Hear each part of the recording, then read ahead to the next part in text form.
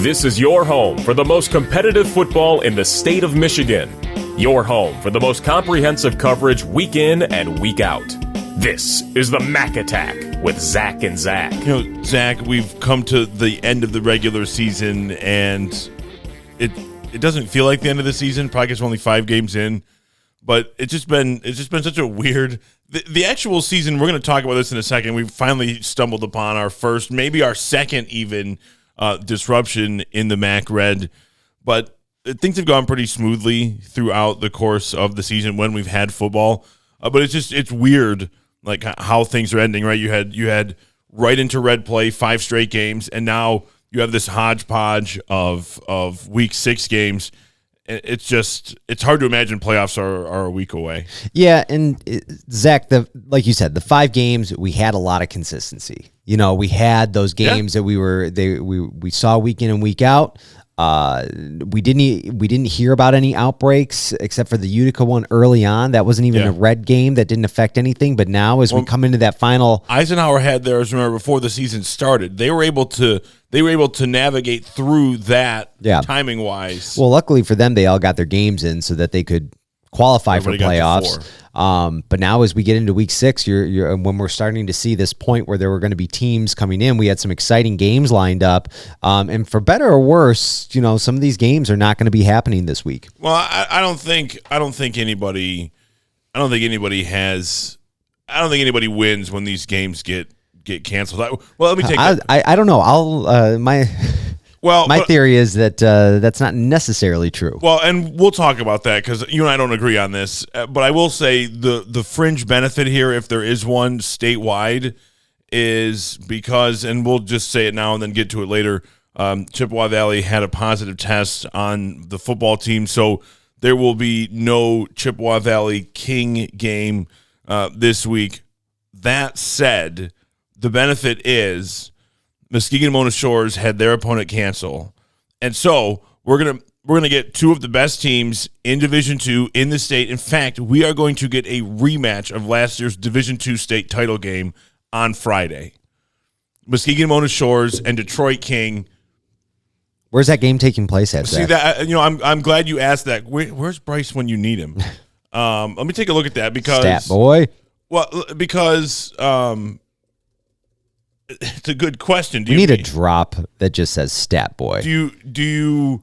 So that game's gonna be. So King is gonna go all the way to my father's ancestral land of Norton Shores, and they're gonna go all the way to Muskegon. Cool. And play that game at Mona Shores. So, you know.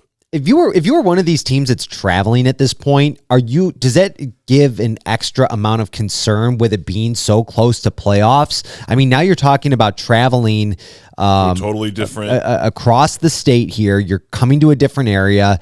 And Traverse City Central's 5-0. They're also one of the best teams in Northern Michigan in Division II. I shouldn't say also, but you know, they coming down to Dakota, sure. and we'll get into that a little bit because we know they're not bringing their freshman and JV team. That's a definitive answer at this point because there was a positive test. Now, this positive test is different than the one at Chippewa Valley where it was within Traverse City Central High School, not with the program, but they're conducting contact tracing. So right now, Traverse City Central High School is closed Wednesday and Thursday, and as a result, all activities are canceled. So the plan was for Traverse City, for the Trojans to come down and bring all 3 teams. All 3 levels, right? But now they will not travel with freshmen. They will not travel with JV because, again, all events are canceled.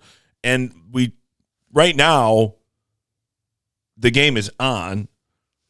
As far as we know, it's Wednesday right now. But it's only Wednesday. And so we don't know, Zach, if it holds. But what I mean by that is, as they conduct the contact tracing, does it go back to one of the football players, or I don't know what their coaching staff is like. Does it go back to one? Sure, there's teachers, there's coaches, there's volunteers. I mean, this is how it works. No surprise to anybody there. There's a lot of people involved in these programs. But yeah, I guess we'll just see how that plays out, and we'll keep you guys up to date on our Twitter feed as far as what's going on with that Dakota game. But yeah, I think this just if I'm one of these teams, are you a little concerned with this being so close to playoffs. Right now, this canceled game for Chippewa Valley, if this happens a week from now, that's your season's over. So because you're forfeiting that game at that point, and you're out of the playoffs. I talked to Scott Merchant last night, and he said it. From here on out, any positive test, your season is over. Yep. And so the hope for them is that the player had not been practicing, so they retroactively the 2 week it's got to be a 2 week thing, right? 14 days, but they should be clear. Chippewa Valley should be clear Saturday. Okay. So if things hold, they can practice on Saturday, get geared up for the playoff reveal on Sunday, and get right back into the swing of things. And I mean, certainly much disappointment in his voice, but we'll get to that. Zach, let's get power rankings in, and I guess this is it. Yeah, we'll do them. Well, no, I take that back. We'll do them going into the playoffs, right? Because we'll still have. There's going to be 6 results of week 6 games here. But again, this is the last one going into a regular season game. So why don't you fire off number 1 there? 1. This is where I have Dakota, Zach. No reason for me to drop them after what we saw last week, right? And I do think Dakota's playing the best football all the way around out of anybody in the red. Offense, defense, the cream has really risen to the top. They figured out offensively that they can operate without and again, losing Caden Sloan and losing Jordan Ramsey for my top 2 teams, the way that they have balanced that out and smoothed any wrinkle that you would see has just been so impressive. These teams are so deep, they're so talented. To be able to lose 2 super producers and still continue is insane to me. But I really like the way Dakota's playing, and hopefully the game with Traverse City Central works out, because that team's 5-0. I would love to see that game, and so I hope it's able to happen, and that's going to be very telling for the Cougars, because I think that may be the toughest opponent they get the entire season, and that's the kind of game, if I'm a team like Dakota, I want right before playoffs. And see, that's why I think ultimately that game's got to happen. But I think this is why Chippewa Valley takes one on the chin here, because to get the chance to play a team in King that lost in the PSL championship game last week, I mean, it really this whole thing, right, where certainly playoff seeding matters, but in a year where everybody makes the playoffs, it's Scott Merchant's actually the one that said it, where he said he felt like this was kind of a preseason. Yeah. And the goal early on in football, for in any sport really, the most I'll use Tom Izzo as an example at Michigan State. Great example. The way that he schedules early on in November and December, you play North Carolina, you play Kansas, you play Kentucky, whomever it may be, right? You learn, exactly right into the fire. Where are your weaknesses? You find them right away, right? And I think that those losses that you may incur, the risk you take in losing is far outweighed in benefit by what you learn. And I mean, again, using Tom Izzo as an example, look what happens. You take those lumps in November and December. Look what happens in March. Yeah, and there's no question. Yeah, but okay. So here's the other side of the argument of that for Chippewa Valley. But the other side of the argument is that they've already had those opportunities to see where their weaknesses is. The weaknesses are they're coming off of a 2-game losing streak. Each game came down to the final possession. Potentially games that they should have won. However, down to the wire, regardless, you've got a situation now where you're potentially walking into the playoffs 0-3 with just a defeated attitude. And that's where I think that this is almost a benefit for them to take a break, because we're looking at a team that needs to kind of just regroup. And when you talk about the seeding in the playoffs, it almost doesn't matter this year, because the way you see the cases on the rise in Michigan right now, almost 1,600 cases yesterday. And now you're looking at a situation where I'm rolling the dice. Any one of these teams could end up getting a quote-unquote COVID bye. Yeah. No, yes, we're going to get into all of that. Yes, you're right. Certainly with the playoffs, though I do think seeding matters. But anyway, Zach, I've got Dakota at the top. Yeah, and I'm going to stick strong with Stevenson at the No top. reason not to. Right? Yeah, We're talking about co-champions here. Yeah, the argument for Dakota or Stevenson is a flip of a coin, basically. And I'm giving Stevenson that edge. I know they walked in and beat Dakota, giving them their only loss on the season. I mean, I think that to me is the argument. The right? argument, Like, of course. I have no objection. But I agree with you about Dakota being all around playing better football, but Stevenson seems to be finding ways to win as well. They're carrying that momentum from last season. Performance-wise, I like the program. I think a lot of what we've seen here is how to manage those games, and Stevenson has done a great job of winning, even though some of the matches, even against a team like Romeo, have been somewhat close. I like Stevenson. I like the way Justin Newcomb is handling this team during this very interesting football season. And there's no reason why they can't continue this on. Their district is a little bit harder than the rest that we'll get into later when we look at the playoff picture. But yeah, I like Stevenson at my number one here. So, Zach, go ahead right there. I mean, not much for either one of us to say here. Switch it up. Switch it up. I also love the way Stevenson has played, watching Justin Newcomb over the last couple of years, and this year being able to snap the 9-year title drought was something very special, especially coming after last year's semifinal run to do it. Despite losing Jordan Ramsey a couple of games ago, I'm with you. When I have Dakota ahead, it's a photo finish, right? To use a horse racing metaphor, and so. Yeah, I've got Stevenson here at number 2, but I will gladly accept any argument for them at number 1. Yeah, Dakota is my number 2 in the power rankings. I don't think any team that's got a player like Stepney on there is just a flat-out threat every time they walk onto the field. And then you have Roberson and Reese, and I mean the trio of dudes going to Central, the way the offensive line is played, Zach Drosky, the way that they've woven him in and out with that Wildcat. I mean, what's there to say? And don't forget, a program that his Coach Bauer has just been really, just building year after year, and they've got a pretty solid foundation to work with. Yeah, I mean, and that says a lot. Yeah, and we'll talk about how that foundation was built with Anchor Bay. We've got Anchor Bay back in the fold in 2020 here on the Mac Attack. But yeah, I mean, Dakota was has been such a solid program almost right from the beginning, right? It's the newest of the schools. I mean, most of the schools around here in this district are very old, and Dakota isn't, and they've since they've been around, be like a Stony Creek high school. Again, another really good program right now, and so that's even newer. But yeah, and ultimately we'll get to them next week. Yeah, because we will see them in a bracket that has a good chunk of the red teams. Zach, next one. 3. This is where I have Grosse Pointe South. I've been so impressed all year long. It doesn't matter whether it's gold or white or red. It just whatever is in front of this football team, they're going to deal. It doesn't matter what it is, who it is, where it is, how it is. It doesn't matter. And I just it's almost like they're like, and I'm so bad at I make these really weird comparisons. They're like a Jeep. It doesn't matter what's in front of them. They're just going to go over it. It does not matter. They're an all-terrain vehicle. And you look at the way the defense plays, the way that they're able to complicate things. And, I really like what I saw last week. And look, it's not like maybe they are listening to the things that I say, but I wondered if they could find a way to incorporate Will Johnson more into the offense. And then all of a sudden there he is in the Wildcat. I think he had 3 touchdowns last week.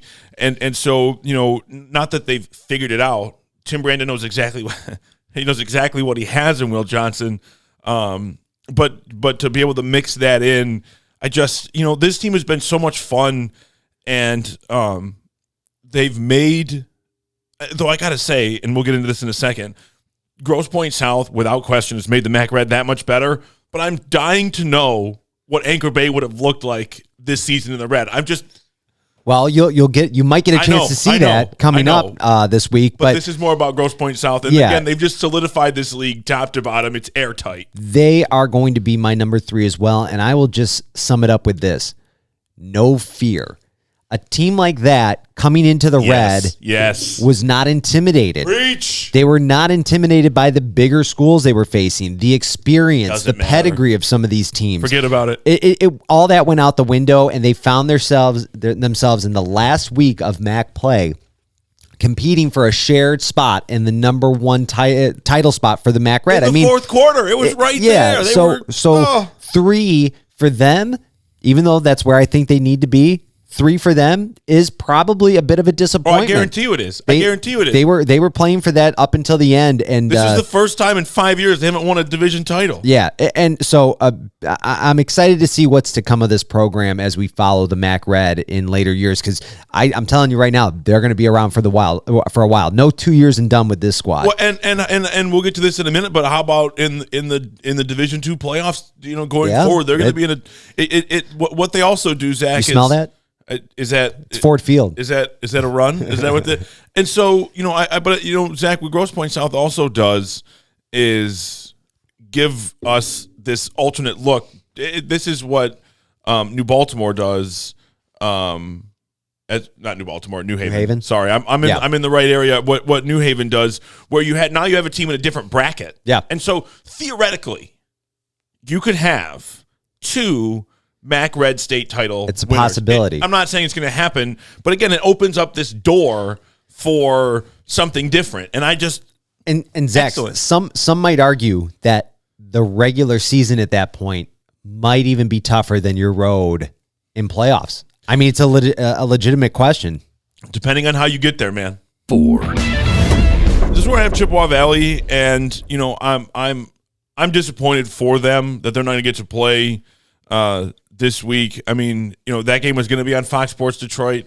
You're talking about senior night too. It just, the having that kind of stuff for the kids, just kind of, even if it is a chance, Zach, like you said, for them to regroup, even if that's true, having that kind of stuff just snatched from you like that. Yeah.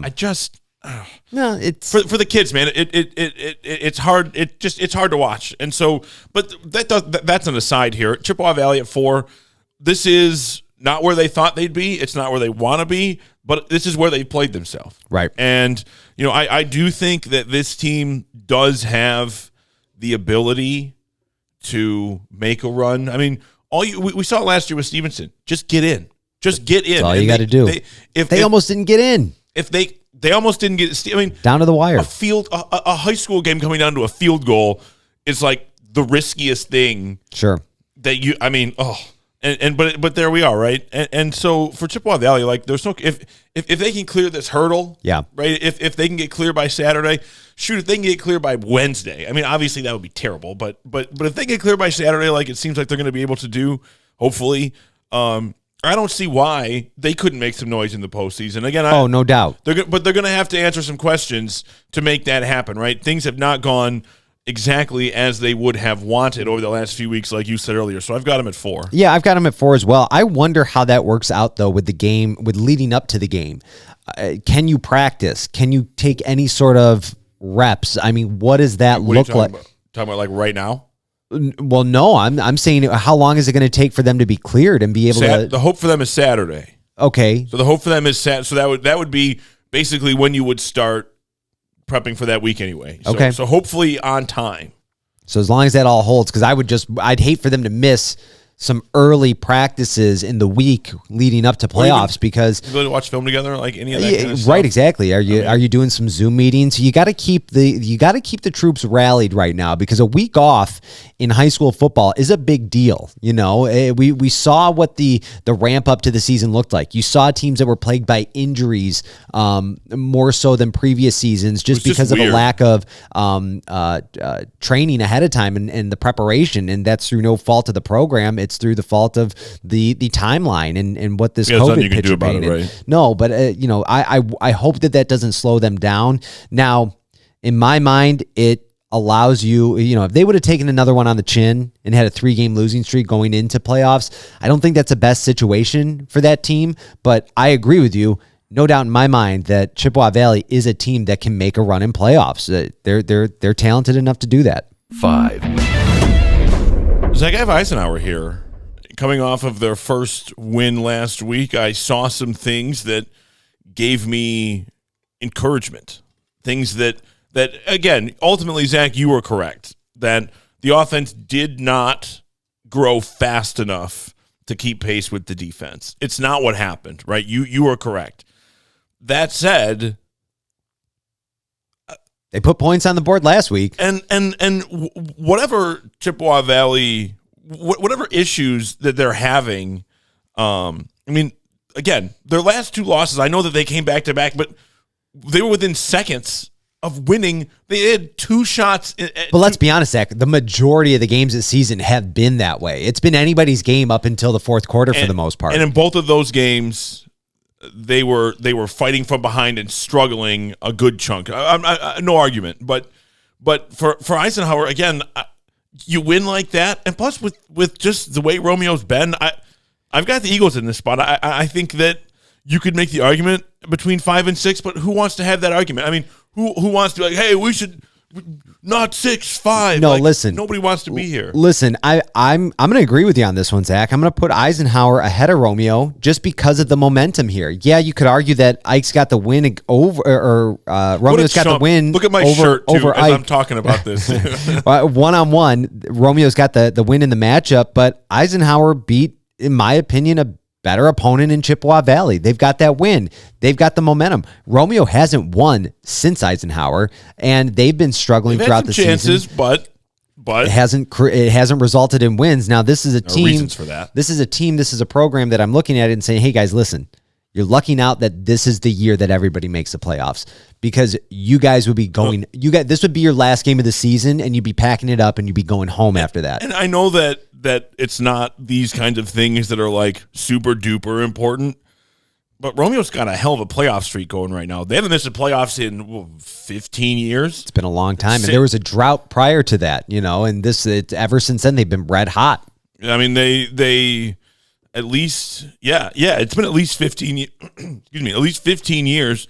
And so I mean that's And here's the other thing too, Zach, and without getting, we've seen these teams, we've seen Eisenhower, Dakota, Stevenson have those moments of a greatness in the programs followed by those few year droughts, right? Is that where we are now? That's what you got to be thinking of your Romeo right now. Do you have an opportunity to kind of change that a little bit and not let that fall? Because it doesn't seem to be that there's one off season and then you're right back to where you were. It tends to be a 2 to 3 year drought, maybe even longer at times. Stevenson's was shockingly longer. Right. And that was, I mean, everything goes back to that state championship in 2015, followed by a run to regionals the following year. Yeah, I mean, they had a good shot the next season. Yeah, so that's what I'm wondering if I'm Romeo right now, and at that point, when you're looking at 6. Not where you want to be. No, what else is there to say? And, Romeo's going to have a chance here, but, Walled Lake Northern's coming off a pretty nice win over Walled Lake Western. So, look, you said it, Zach. Romeo's going to get into the playoffs, and anybody that does is going to have a chance to do something. And, as good as Romeo's been over the last couple of years, they've struggled in the postseason, right? Because if you're Romeo, look, you are within 5 years of a state title. It's not just about, once you achieve that feat, it's not about getting to the playoffs anymore. Right. It's about getting to the playoffs and then making a run. Right. Kind of like how Chippewa Valley was the disappointment in last year, losing first round when you had won back-to-back. Yeah, I mean, you right. I mean, you had won the state title, you had won back-to-back MAC Red championships, and you lose at home in the open. I mean, but that one was insult to injury. Right. With the opponent being what it was, Dakota. right? It was that further complicated things. But yeah, I've got Romeo at 6. They'll have a chance to move. I mean, they, to me right now, won't get any higher than 5 going into the playoffs. But I mean, look, if they can pick up another win right now for everybody, this is a table setter. Yeah. How do you set the table for the postseason?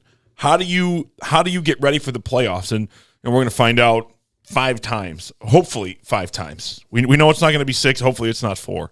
Zach, our Benefit Sports Box Player of the Week, benefitsportsbox.com. We'll tell you a little more about that in a second. But Stevenson Jr., linebacker, running back Jordan Kwiatkowski in Week 5, Zach, he was excellent. 211 all-purpose yards, 4 touchdowns in Stevenson's 9-year drought-ending MAC Red championship clincher. And you could have made the argument for Javian Stebney. You can make the argument for a few other players this week, Zach. But, I mean, 200-plus yards, 4 touchdowns in the absence of. To me, what makes this more impressive is when you have a guy like Ramsey and Kwiatkowski together, you're not really sure what's going to happen, right? You put them both back there. Yep. But now when one is out, the other's got to step up. and this is true for Stepney as well without Sloan, and that's why I've been so impressed with the way that Kwiatkowski has played over the last couple of weeks. I mean, he's knocking on almost 400 yards in 2 weeks, and the way that they've done it, and Stevenson says we're a defensive team, and it's like, yeah. Well, and not only that, the fact that it just solidified the MAC Red Championship makes it that much sweeter. You can look back on games as a high school athlete and say, regardless of what the outcome was, that was my best game. Even in a loss, you could have your best game. He had one of his standout games that resulted in not only a win, but a win to win the MAC Red. That just feels good, and that feels like a Benefit Sportsbox Player of the Week to me. Yeah, I mean, growing up around here, it was maybe not quite as dramatic, but it was Desmond Howard with the rose in his mouth. Yeah, right. I mean, It was not only did you beat Ohio State, but you're going to the Rose Bowl, and that's what puts players on the map. That's what puts players on the map. Those are the things you remember. If that game didn't have that impact, would you remember it the same? It wouldn't have. No, because it wouldn't have meant the same. Exactly. You couldn't have remembered it the same. Stevenson, Jr., Jordan, Kwiatkowski, the Benefit Sportsbox Player of the Week. Zach, you can go to benefitsportsbox.com. Super simple. It's a nutrition box designed specifically for high school and college athletes. Pre- and post-workout supplements, no banned substances, no stimulants, no harmful ingredients. Totally customizable. Benefitsportsbox.com. There's a little orange box in the corner. Super simple. You start building your own by going right there. Promo code MACATTACK. MACATTACK. Use it. All one word. 10% off your first box at benefitsportsbox.com. And Zach, let's pivot to our friends at snoozetoyou.com. The mapatology for week 6. This will change.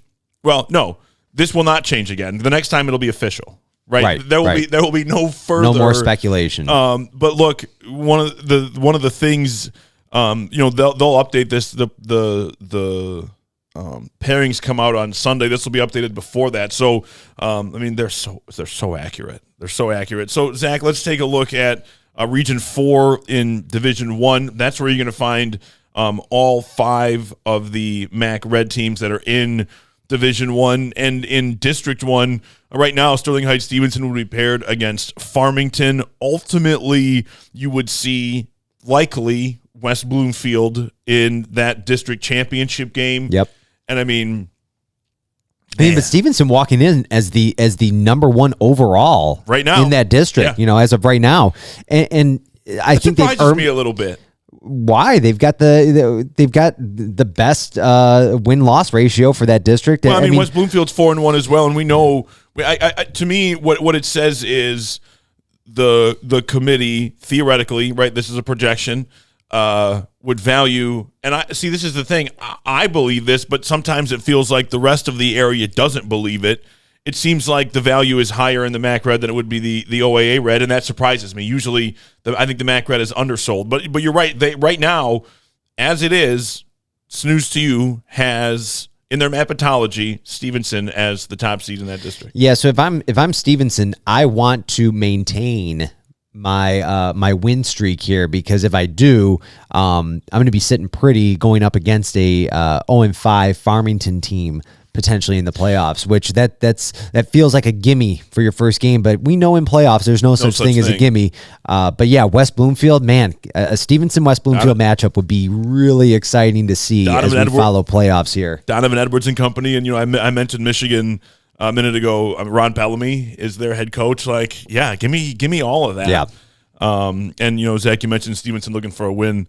That's a rivalry game for them. We'll talk about that in a minute. Now, Jack, dropping down to District 2, things have shifted a little bit, right? The Chippewa Valley Anchor Bay matchup right now is off the table. Utica slides into the Chippewa Valley game. So right now it's Utica and Chippewa Valley. Dakota and Eisenhower would match up, and then Anchor Bay and Romeo, all of those in District 2 in Region 4. And let's not forget that Macomb, Dakota, Utica Eisenhower game during the regular season was a close game. That was one of Utica's one of Eisenhower's better games that they played, and they actually kept it close. So for Dakota, especially when playoffs come early, they know was the one where Stepney exploded in the second half. They know going into it though, Dakota especially, that just because you're favored in a first round matchup doesn't mean you're going to get that win. As they proved defeating the favorites in Chippewa Valley last year. This is the cannibalization of the MAC Red, as I like to call it, for District 2. There's that Romeo Anchor Bay matchup, which is really interesting to me because, old school, like you said, it would have been interesting to see what an Anchor Bay team in today's Red looks like. And Mike and Romeo are pretty close, and we're going to see.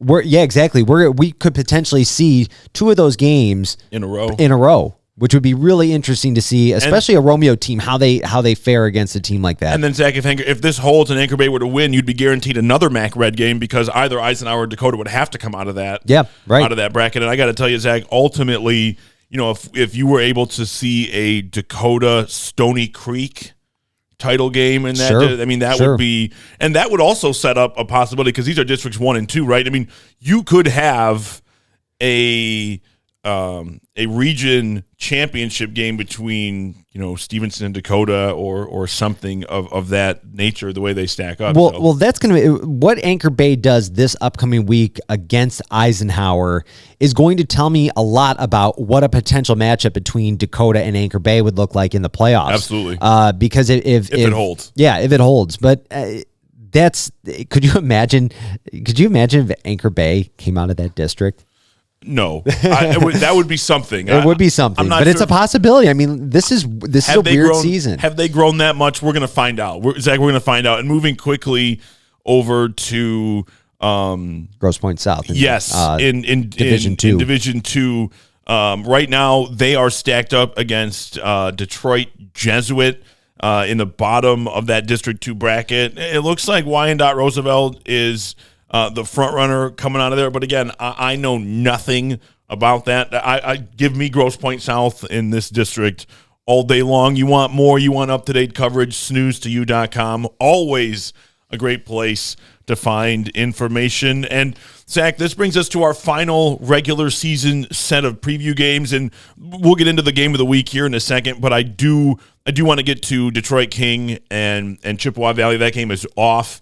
A positive COVID test within Chippewa Valley. And I said earlier, the fringe benefit is you get a rematch of the Division II state title game last year between King and Mona Shores. Not the way you want to see it, but that should be just a fantastic football game. And senior night gone, chance to play on television gone, chance to bounce back after 2 tough losses gone. And I talked to Merchant last night, and obviously.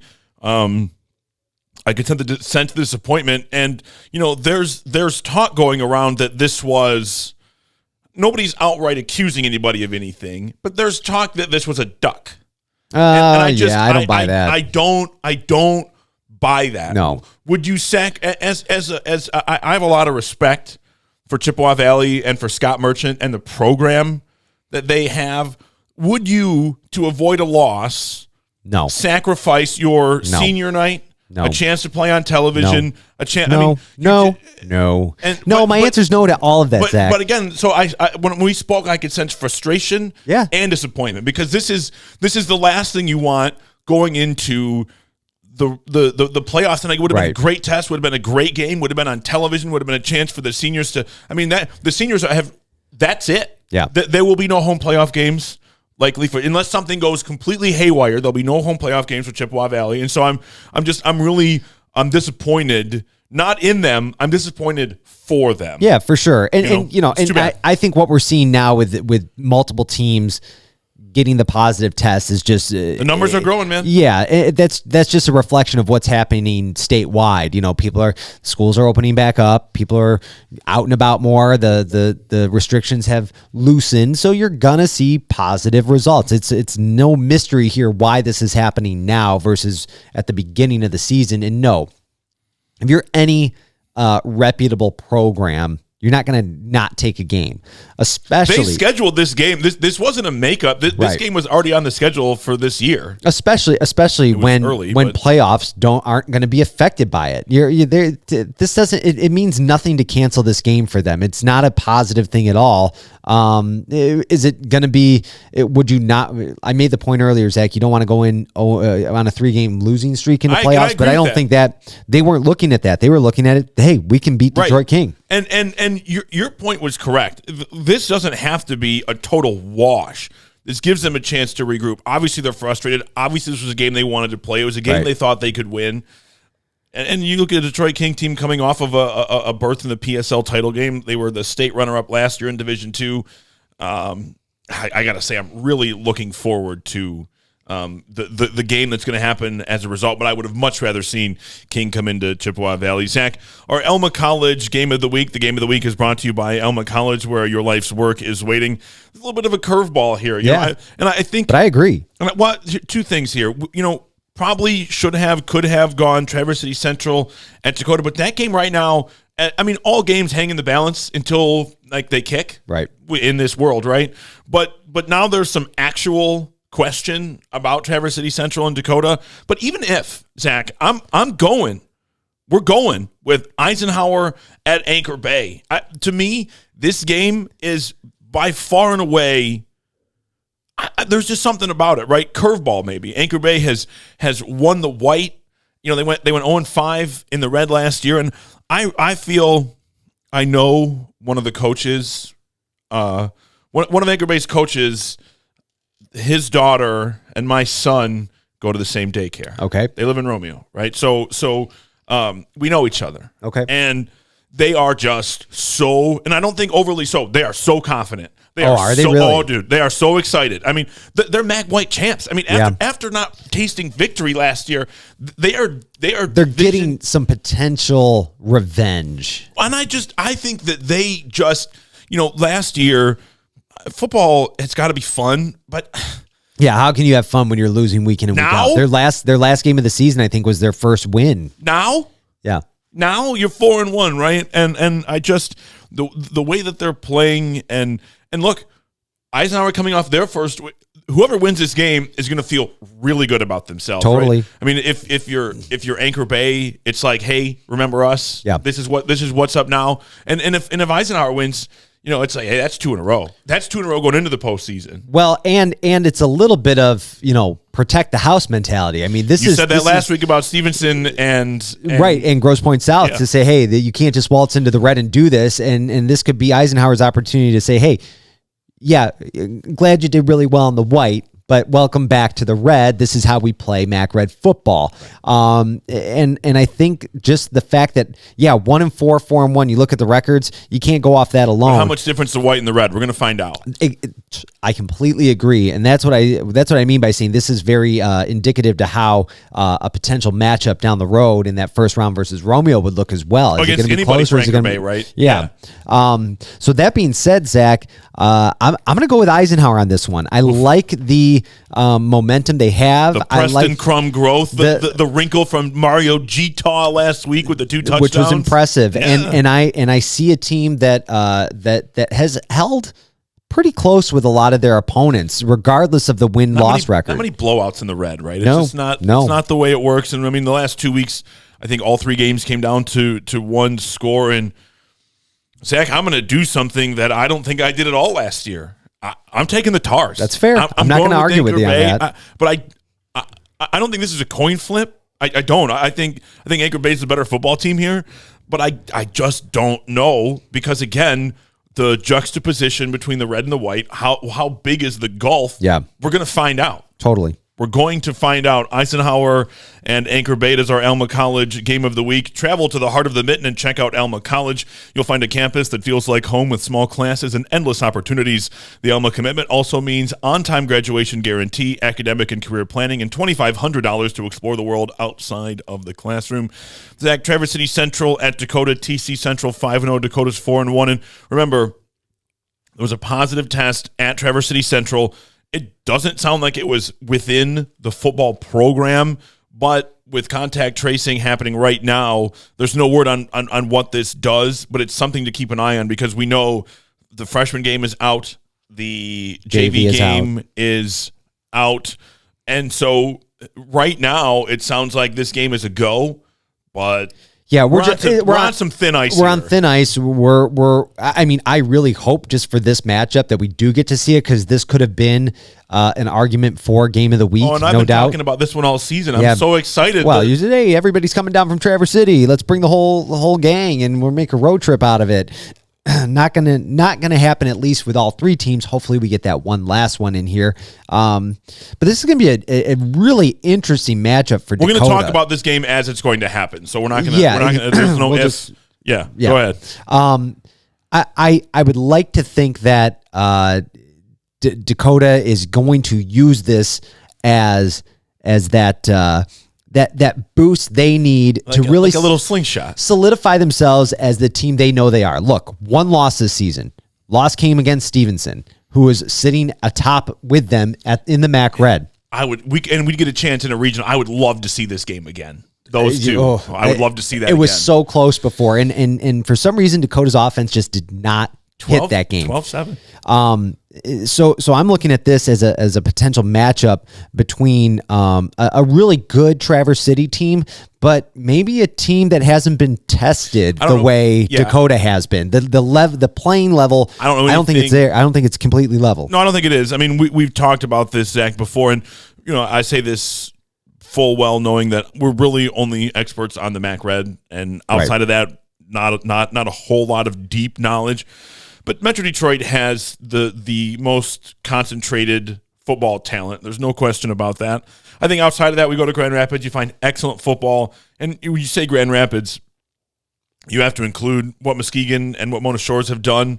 You have to include Muskegon in that. You're not that far away anyway, 30, 45 minutes. I don't know I know that there are plenty of good players have come from Northern Michigan, right? Football, basketball, whatever. But concentration-wise, week in, week out, is it the same grind as in the OAA Red? Is it the same as in the MAC Red or something you'd see in Grand Rapids? I don't think so. I don't know that, though. And so, can Dakota's defense – but, Zach, here's one thing. Traverse City Central has not played a close game, and in many games you're looking at – 50-0. I mean, where their offense complete blowouts. Yes, where their offense has just absolutely rolled. And so, can Dakota step up defensively? And I think that they're going to have to, Zach. And I think this game has a chance to be very good, has a chance to be very telling. I'm taking Dakota in this game. I think it could be close. I think you could see a shootout here, and so I have no clue. But I don't know enough about Traverse City, but I'm excited for this game. Well, I am too, and I'm going to take Dakota. Don't forget, this is a long way to travel on the road if you're a high school team. This is not something that happens often during the regular season. You have to do it in a school bus too, or do you get a nod? You might charter a bus for that. You might have to, because that's a good 3.5 hour drive down. There are rest stops. Hey, look, as a kid growing up, I've made that drive plenty of times. Sure. Anybody can. But I'm taking Dakota in this as well. I think it's a great drive. I think it's a really fun matchup, and I'm really hoping that they find a way to make this game happen. Me too. It's certainly you got to do it safely, but the prospect of this game, we've been talking about it all year long, and I'm really looking forward to it. Zach, Ford 2 at Stevenson. Look, Henry Ford 2, the Falcons, they're 1-4, but I love this game. It is a rivalry. They share Runkle Field, right? Each one of them has their own emblem painted on either end zone, and this is a great way to end the season, right? Certainly if you're Stevenson, maybe you'd like a little more stiff competition, but you're never in a rivalry game ever going to take things lightly. No. And you're not going to in any game, but certainly. Pride. It's all about pride at that point. Nobody wants to lose the battle for Runkle Field, right? And so to me, this is this game's a ton of fun. Certainly both teams having different seasons. Sure. But the way that we've seen Stevenson play, you mentioned their defense, what they did to a team like Dakota, and with the emergence of Jordan Kwiatkowski over the last couple of games and the way that he's filled in, and Biagio Madonna, and just this team is playing, guys like Tony Shoemate, this team is playing really well right now. And it would be hard for me to go in any other direction. And, right now, Stevenson Zach's got to be feeling really good coming off of that MAC title red win, but they're not going to let up here. I'm taking Stevenson. Yeah, let's keep that momentum going. I think a team like Stevenson really thrives off of that, and these wins are just bolstering their confidence as they roll into what's going to be a tough district to get out of. Ultimately, yes. So all these games are important. You're going in there. You've said we won the red. Let's keep the streak alive and let's make a run in playoffs. So yeah, Stevenson over Ford 2 is my pick in this game, and I'm really happy for the Stevenson team. Me too. It's been a lot of fun to watch. Zach, Romeo is going to head to Commerce Township. They'll take on Walled Lake Northern, and you look at Walled Lake Northern, the Knights may just be 2-3, but again, that win over Walled Lake Walled Lake Western should send a message to Romeo that, records may be a bit deceiving at times. The ability, it's, the saying is any given Sunday, but here would be any given Friday. And, Romeo could feel the same after the last couple of weeks. That records could be deceiving, that sure, we're only 1-4, but as our game tape would show you over the last 2 weeks, 0-2, but within a score of the MAC Red co-champions. You don't get style points, but again, Romeo has proven that finishing has not been their forte, but they can hang with anybody, and they have done that all year long. They've been hanging, but I think their problem is ultimately, Zach, that while other teams are figuring out how to make the team that they have work, Romeo's having to change their team week in and week out due to injuries. I mean, this is the injury story has happened with everybody, and we've had some big names on other teams go down, but they figured it out. But they've got the depth is different. The Romeo, instead of having that second running back that can really do some work instead of St. Clair, they're having to move players around and asking them to play different positions that they're not used to playing. It's absurd that Stevenson and Dakota have. The depth in those key positions. Romeo's just having to figure out that, I feel like it's a new team every week they take the field, and how can anybody be expected to win when that's your situation? Especially when nothing is the same.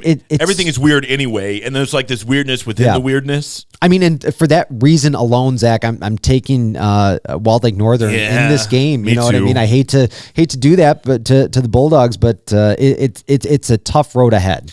Yeah, Zach, Romeo's really struggling right now. The injury bug has hit them hard, and outside of that, this just hasn't been a prototypical Bulldog team. There's something going on between the ears here, and I'm not exactly sure what it is, and it's kind of hard to believe. And Romeo seemingly is going to be shorthanded again. I really like what I saw from Walled Lake Northern last weekend. Zach, I too am taking the Knights, and one more, Zach, another rivalry game here. I mentioned Utica, Ford 2, and Stevenson, Grosse Pointe South and Grosse Pointe North, and over the last several years, Zach, there's no question this rivalry has been dominated by Grosse Pointe South. And, Grosse Pointe North is having a better season than they've had lately. I'm going to say this with all due respect, though. Last year, I believe both these teams were in the white.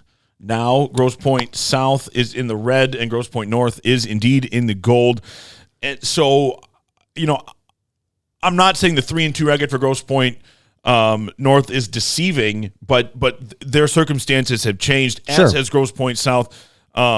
And Grosse Pointe South, they've got to be steaming. Yeah. After that, I mean, they were right there in that game, and close. And they thought that they should have been MAC Red champions. And they could have been. I mean, it was not a blowout game by any means. No, I mean, you again, 4 straight division titles going into last Friday's game, and Grosse Pointe South has proven, doesn't matter what division they're in, they're a MAC power. Yeah, it doesn't matter. Totally. Red, white, gold, pick your color.